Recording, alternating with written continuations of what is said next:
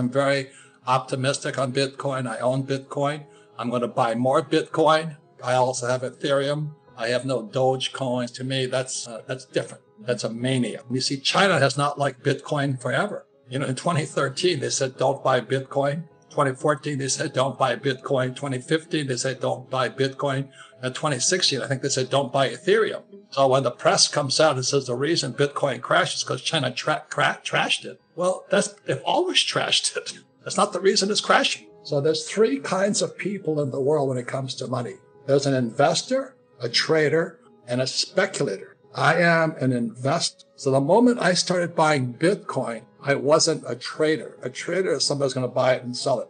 A trader, like in real estate, is kind of a flipper. They buy a house to flip it. That's what traders do. And a speculator is a gambler. And I would say most people who are chasing Dogecoins and stuff, and they're speculators. They're all kind of gamblers. That's not what I do. So I am an investor. I understand trading. That's what Andy Tanner and all those guys teach us, how you can make money going up and make money coming down. It makes no. When Bitcoin crashed, I made more. You see, and the guys who are losing money right now is because you're not a trader, you're a speculator. So don't say, oh, you hate Bitcoin. No, I think you're stupid. That's what I'm saying, but it doesn't mean I hate Bitcoin. Okay, so don't be a speculator, because those are gamblers. See, in 1960 and 1980, my generation, the boomers, didn't like stocks because everybody, at my time of when I was a kid, everybody said anybody invests in the stock market is a gambler. Now everybody's in this. So how did that happen? Well, in 1974, they brought this thing called a 401k out. I won't touch that. I would not touch a 401k or an IRA. Why? Because I don't have. They tell you exactly. They tell you when to wear the mask and get a vaccine. They tell you what to invest in a 401k.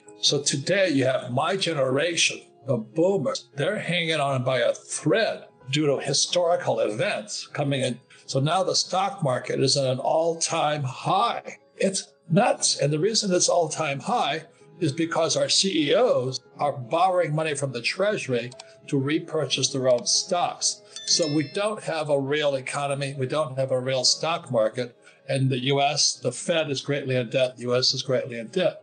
What happened is in 1987, the stock market crashed. So Greenspan comes out. He's a Federal Reserve guy. Remember, the Federal Reserve is not American. It's not a government agent. So he came out, and what Greenspan put was what I call a PPT. It's the plunge protection team, or also called the Greenspan put, or also what people say, don't fight the Fed. Basically, what Greenspan did is every time the stocks crash, plunge protection to protect you. So my generation, the boomers, are going, well, I don't have to worry because every time the market crashes, the Federal Reserve Bank and the Treasury will bail me out. So that's today we have our U.S. corporations are zombie. 20% of U.S. corporations are zombie corporations. It means they're broke, but they're being propped up by the Federal Reserve Bank and the government. That's communism. So anyway, stocks get protected. Gold is a good investment. Fed, all the central banks in the world now own. So they're not going to let. So here's stocks. The government will make sure it doesn't crash. Gold will not crash. You know why? Because the Fed doesn't want it. Because the reason I like crypto, the reason I buy Bitcoin and Ethereum and all that stuff is I don't like the Fed.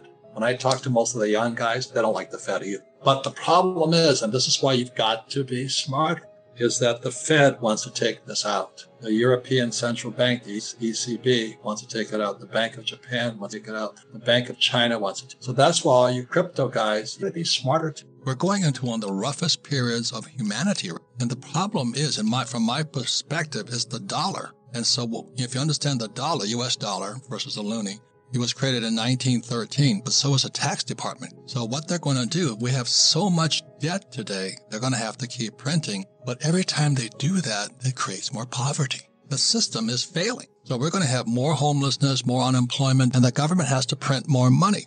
The baby boom generation had it really easy, and that's the problem. And so when it comes to real education, it's like, so the boomers have spent all their lives learning how to use their right hand, and now they know something is changing, but they can't change. So it's like saying I'm going from my right hand, I'm going to have to learn how to use my left hand. And so what happens is the brain gets kind of locked into a mode. And then you have to kind of relearn everything again because learning is really physical. It's not just mental like they have in school. If you look historically, what's happened today is the nominal debt to GDP is a correlation of M2, the volume of money, times the velocity of money. And the reason Yellen and Powell are scrambling is because they've expanded M2, so everybody thinks there's going to be inflation. But the velocity of money is plummeting. People are not spending. So they pump all this money in, prices go up. Meanwhile, the Asians are catching up now. The ports are finally open. So it is transitory inflation. But the problem is we're stacked with this massive debt, and all it's done is bump up the stock market, and really the money has not gone into the economy. That's the sad part. So the rich get richer, but the poor and middle class are getting poorer. It is tragic what's happening. I just don't trust our government, and they're going to have to start printing pretty quickly. And the more they print, the less value, purchasing power the dollar has, or the loonie, the yen, or the peso. So that's it's not a bet for gold, silver, Bitcoin. It's a bet against our government. Before we continue, help us clicking that YouTube like button and subscribe now to our channel. This shows the algorithm that you valued this information. And it helps us spread that message. Sharing is caring. And now, let's continue. Do you want to know one thing about crypto? I made over 3,000% in profit in a few weeks. Fact is, the traditional financial system, the traditional money system makes you poor, not rich.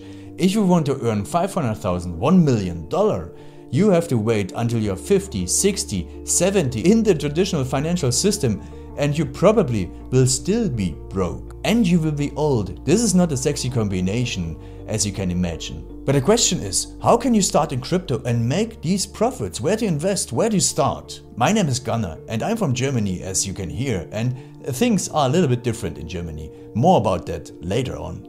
Fact is, there are lots of different cryptocurrencies. It's a gigantic universe where beginners and professionals get easily lost. But there is light at the end of the tunnel. There are 7 key steps you need to follow to become successful in this market. You have to know them, and if you fail one of them, it's literally impossible to succeed in this market. Just an example, one of the key points is your exchange, and one of the biggest are, for example, Binance and Coinbase.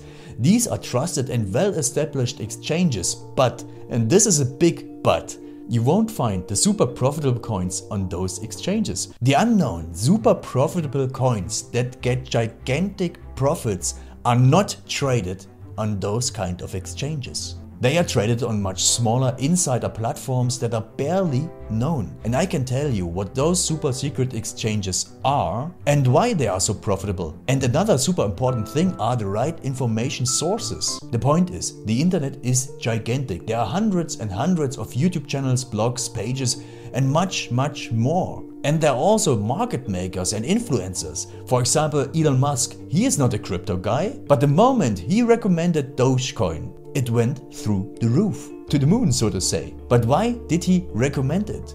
Where did he hear it from? He didn't hear it from newspapers. And believe me, he is listening to someone. But you have to know who, and you have to react before he is reacting. This is really, really important. And these are only 2 of the 7 steps you have to follow in order to be successful in crypto. And if you want to know all of these steps in much more detail, and if you want to have a comprehensive checklist, here's what you should do. There is a link below this video. Click on this link and you will get the opportunity to subscribe to my channel. Click on the link and you will see a video where I explain the next steps. So see you soon. Click on the link now. I'll see you there.